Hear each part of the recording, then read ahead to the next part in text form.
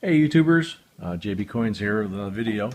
Actually, this is tied into the video with the operation, the care, feeding, and operation of the Ryedale coin machine. In the last video you saw us assemble it. We actually managed to score a box from the bank this time. So we're going to go ahead and open the box. And because we're using the machine, we're not going to open the individual coin rolls and go through them like we normally do. The concept here is that we open these coin rolls and dump the coins right in the machine. Now, the machine will not hold an entire box of coins, so we dump the excess, I do, into a little hopper, little bin that I can pour the coins into the feed hopper on the Ryedale. So I'm going to open these coins, I'm going to fill this bin, and then what we're going to do is we'll finish setting up the Ryedale. So in the first video you're going to see the machine being put on a platform, the bins being set up to receive the coins, and in this video you're going to see, after it's been sorted, what we do with the pennies then. So that's why you see the box being opened, that we're putting them into the machine on this video. The other video is how to operate the machine. This video will be what to do with what you get out of the machine. So we're going to do that. We'll get back to you. Okay guys, here's the result. If you go back and watch the video on the care and feeding of the Ryedale coin sorter, you'll see that these are the two bins that we got. The bin on the left is the 1982 and newer. These, if you're a copper hoarder, like I said in the other video, if you're a copper hoarder, basically those are going back to the bank. What's in the blue tub here is 82 and older. More importantly, it's copper.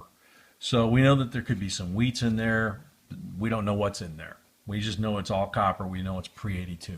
From a coin roll hunter perspective, we get some advantages from this.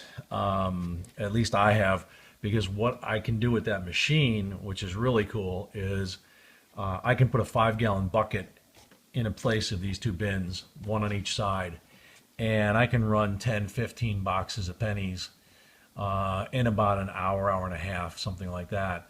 And then I can sit down with a bucket full of, 2.5 gallons of pre-82 or 5 gallons of 82 and newer. And you're not constantly trying to mentally shift back and forth between, well, gee, is that a wheat? Is that a good year? You know what you're focusing in on, a much narrower portion of the lineage of the pennies. We talked about that in the last video a little bit, about the fact that these pennies have remained Lincoln pennies for over 100 years. Yeah, there were Indians before that and all that. There's several varieties of the Lincolns over the last 100 years, but when you're trying to sort these pre-82, everything from 2015 back 100 years, it's a lot harder than if you're just saying, oh, well, these are the old ones. I got to watch out for wheats. I got to watch out for good dates. The rest are all scrap copper, so they go off to the bin. These, you're sorting these and you're saying, okay, there's no copper to worry about in here, so all I'm worrying about is good dates, error coins, or commemoratives. So it just simplifies the process. And so we're going to get into this real quick. I'm going to push the banks pile over to the side there. I'm going to turn this sideways, and I'm going to just start cherry picking some of these out of here so you can see them, and we'll put them off to the side. I mean, look at this 73. It's really pretty. I'm going to actually take a look at that under the magnifying glass later. As most of you know, my vision is not the greatest in the world, so I usually use the cheater. That's a 74. Another shiny 73. Another shiny 74. That one's actually a really nice one. Set that one aside too. Another shiny 74. But not good enough to keep. 77D.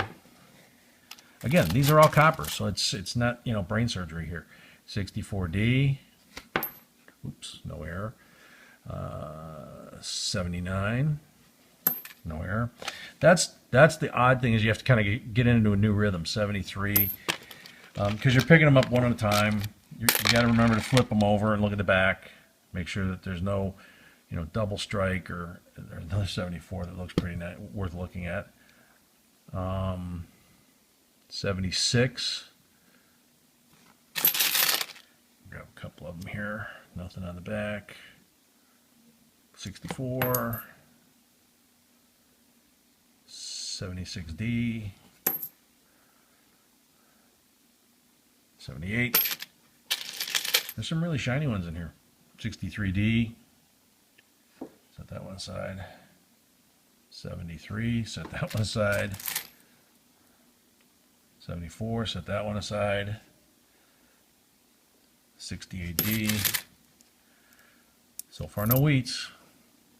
76. 68D. 81. 70. 76.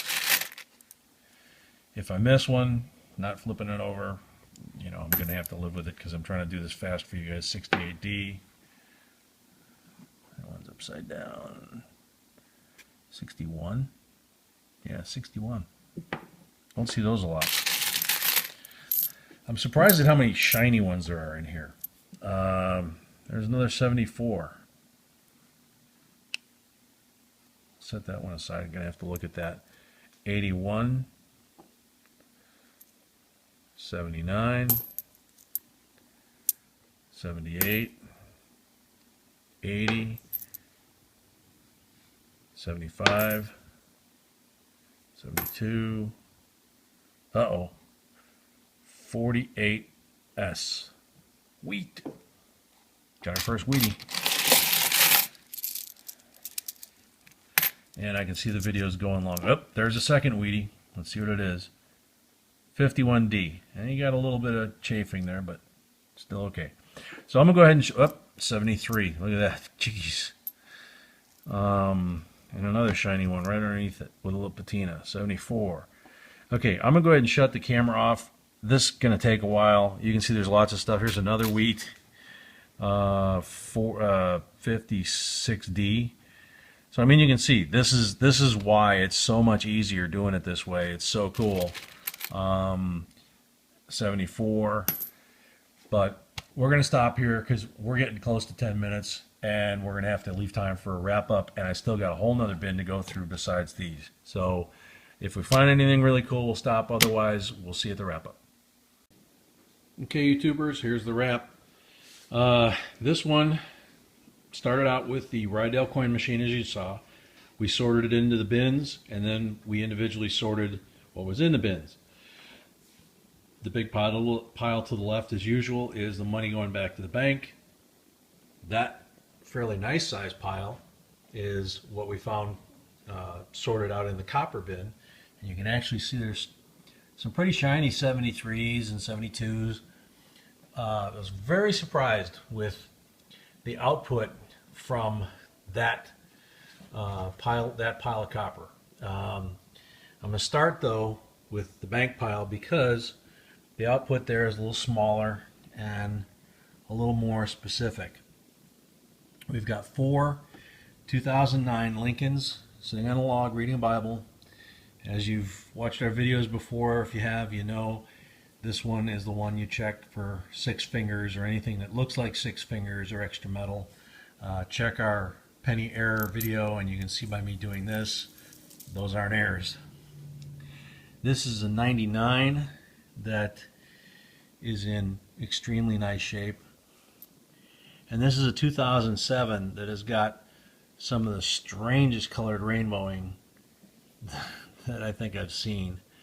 And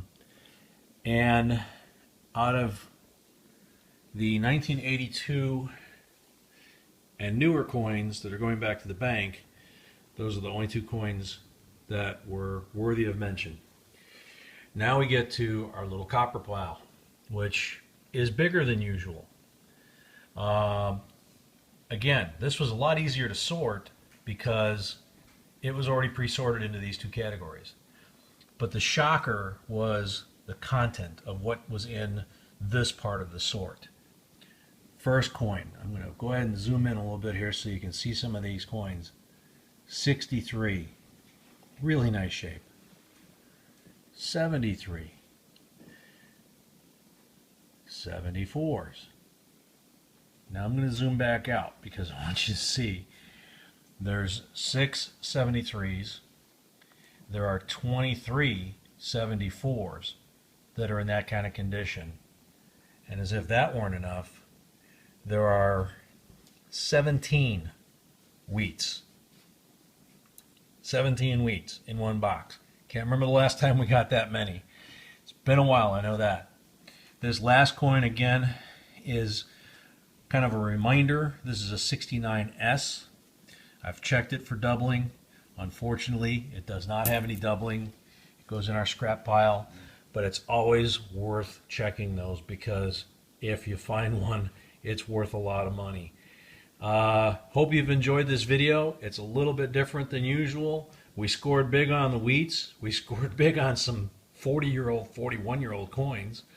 And we did it a little bit different.